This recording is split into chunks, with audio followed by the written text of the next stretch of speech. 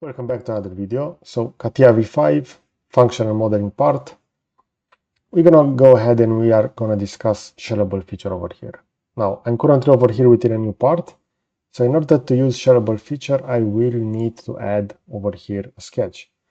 You're gonna see that by default, the positioning sketch will be located in front and the normal sketch will be over here on the back. So to get started, I'm just gonna make over here a rectangle, let's say 150 by 100, so not by 0. I want to add 100. And this will be the shape for the Shellable feature. Now, if I'm going to select Shellable feature, we're going to see that we have the following. So this will actually be over here similar to a pad. As you can see, it's entitled Prism over here. And we can specify the direction in this case. We can have it reversed. We can also specify where do we want the limit to be. We can go with a numeric value for length. We can go up to plane surface, up to parting element, or up to neutral element. I'm just going to go over here 50 on this first direction. Now, if I'm going to hit preview, the output will be as following. And we see over here within the product tree that CATIA already created a solid function set, which is the first button over here. So if you don't have that applied on your part, as soon as you're gonna apply that Shellable feature, that will be defined. And if I will expand that, we're gonna see that this will also have a Shellable property. So you can consider Shellable feature to be similar to within part design to a part that we have a pad applied and also a shell. And the shell will be applied automatically in this case.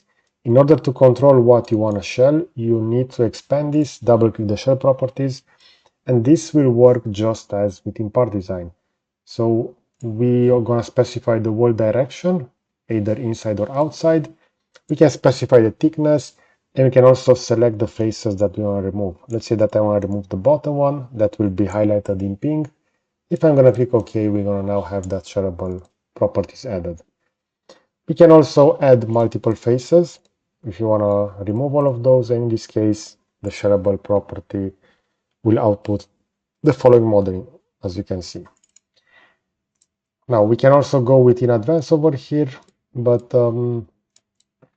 this was just regarding the shareable. So we see that now if I'm going to double click on the shareable prism, this will also open the additional elements that we can define. Those were also available previously, but I just added the limit and I hit OK in order to discuss the shareable properties. The main advantage of this is that we can also use radius. For example, I can enable lateral radius.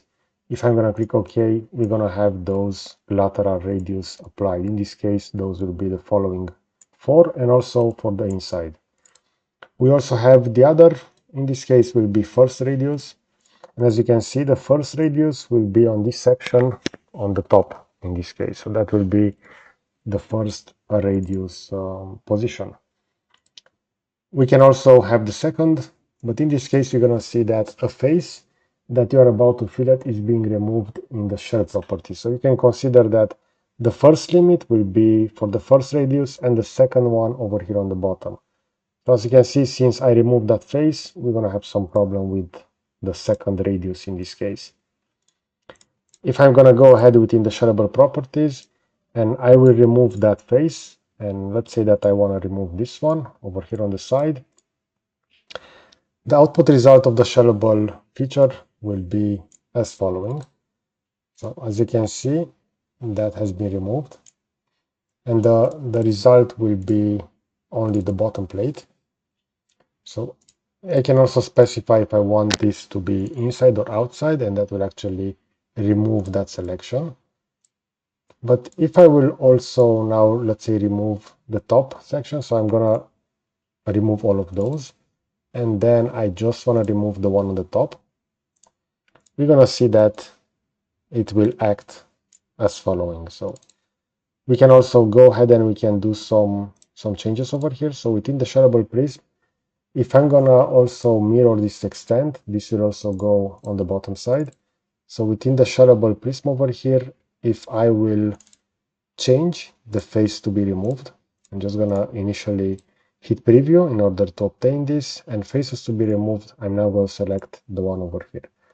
As you can see, again, that shellable feature will not remove that face, so we won't have a hollow on this direction. So for the faces that we want to remove, we need to have one on the top or one on the bottom.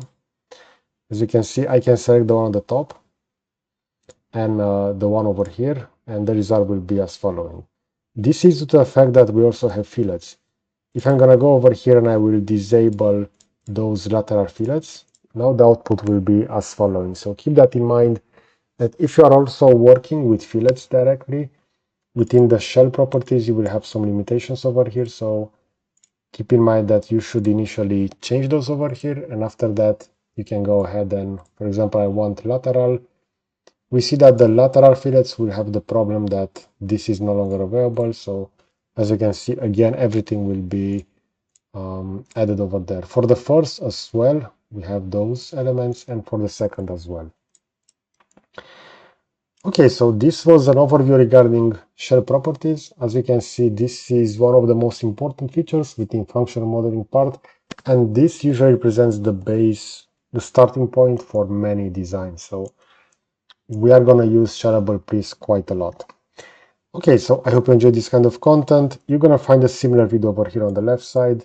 And if you enjoy this kind of content and you want to see all the other features, consider to subscribe, and I'm going to create a video for each of those. Okay, so that's it. Thanks for watching.